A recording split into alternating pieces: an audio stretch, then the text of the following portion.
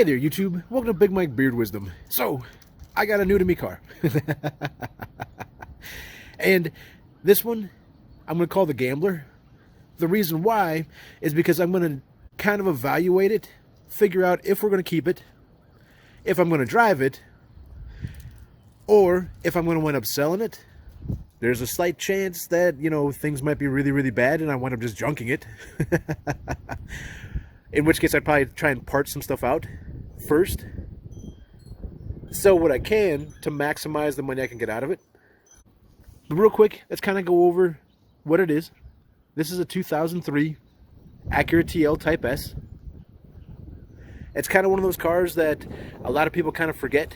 Used to be kind of a cool car. So this was before the days of like the nice projector headlights. And you can see this particular one that is kind of faded and stuff like that. So this is a good chance to either price out new headlights or do another review on like a headlight restoration kit. The fog lights, I've seen better days on this side. The paint on the car is kind of fading. The clear coat itself is wore away in a few spots. So as the clear coat gets older, it starts to kind of like, you almost think of it as drying out. And it starts to chip away. You can see there's plenty of spots where it's chipping away and disappearing altogether. So this is actually just the actual base color coat here. But I bet when this was brand new, that was probably super pretty. It's a nice color green. There's a fair amount of metallic in it. It does have some high features, like essentially heated mirrors, heated seats, power seats, memory seats. There's also some downsides, like Minnesota weight loss in more spots than I would like. From the look of it, the previous owner shaved the badges, just left the Acura and the A emblem on the back. So I think normally there might be something that would have said something right here, but there's definitely something that should say like either TL Type S, TL 3.2 Type S or something like that. There should be something right there. But I'm going to try and do a trick with the sunlight later to see if I can get a little bit better view of what used to be there. And then I kind of needed the sun to work with me on this one just a little bit, but you can kind of see where the badges were. And right there, you can see where it says TL.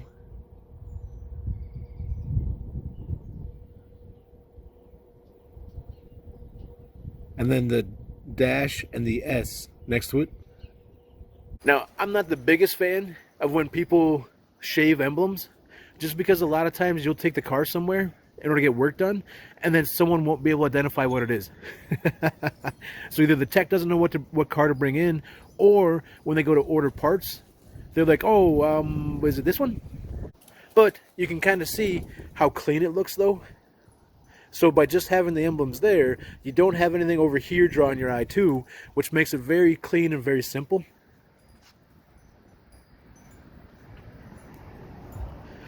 We got a fair amount more rust over here.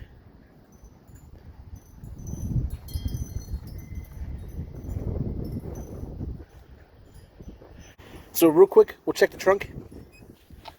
Get out of the wind a little. It's a fairly good sized trunk. You've got a jack on that side, additional storage on this side. Spare tire and stuff is down here. And there's access over there to either route your skis or, something through the back seat. But definitely a fairly good sized trunk. Probably fit suitcases in there pretty easily. Maybe a couple bodies. The interior is pretty nice for its age. So it's got nice, like, soft touch, kind of like leathery stuff everywhere. Big on the wood grain. It's even on the steering wheel. This one's a tan interior. leather.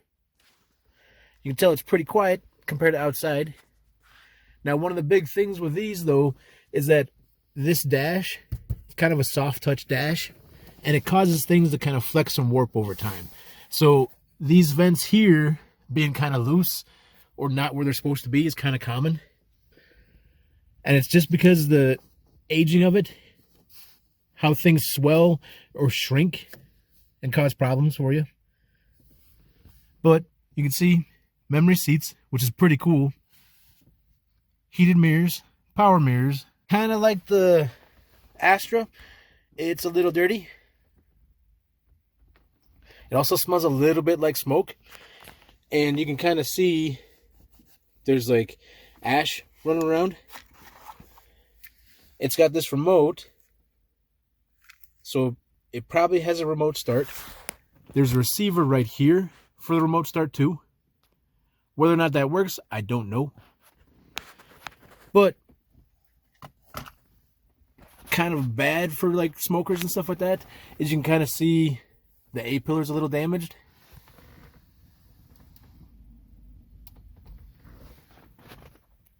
The B-pillar here is all kind of snarfed up, which is kind of strange because that doesn't normally get messed up. The passenger seat's in good shape. Same thing with all the rear seats, except for that one.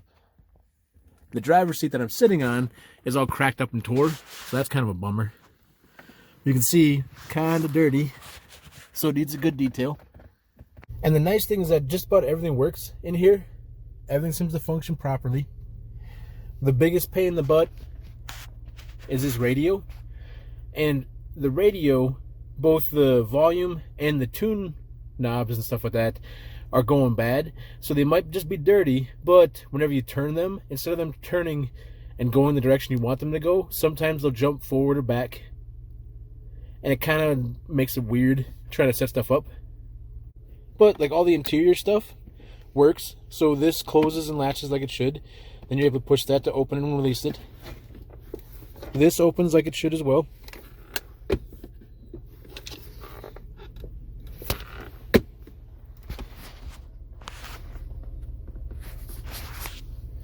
So there's definitely going to be a detail video coming up. And I'm trying to figure out what products I want to use. Because when I did the Astra, I used some products. So with this one, I'll probably use other ones just to see how it goes. But I may wind up sticking with some that I've used for a long time, just because I know how they work, and I would much rather use something that I know versus something brand new. And something worth mentioning is that essentially the Acura emblem, if you look, is kind of like the Honda emblem. Just they took the top and went, eek. And that's because Honda makes the Acuras in much the same way that GM or Chevy could be said makes Cadillac, or Toyota makes Lexus, or Ford makes Lincoln.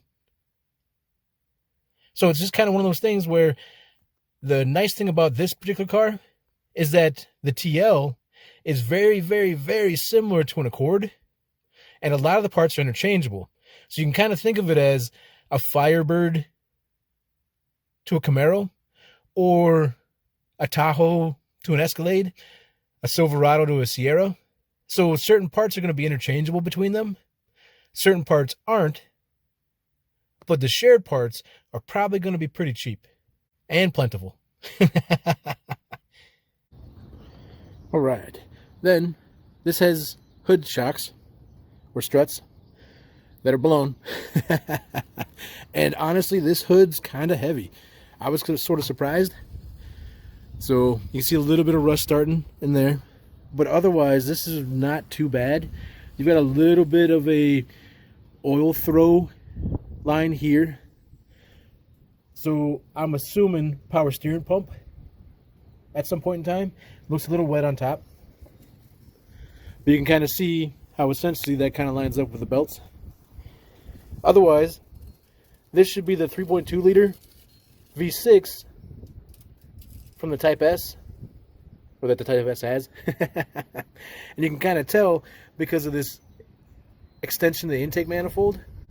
If this was a normal Type S, this area here would be all rubber. Just like the rubber intake snorkel stuff coming in, you wouldn't see the throttle body right there. And then this should be about 270 horsepower. Now, you know, given that it's as old as it is with the miles on it, I don't know if it still has all 270 horses. I can definitely say it's definitely still over 200 horses though. So it still gets up and goes. It looks like there's been some repairs because that ignition coil doesn't quite match the other one. So this one's going to be an interesting one.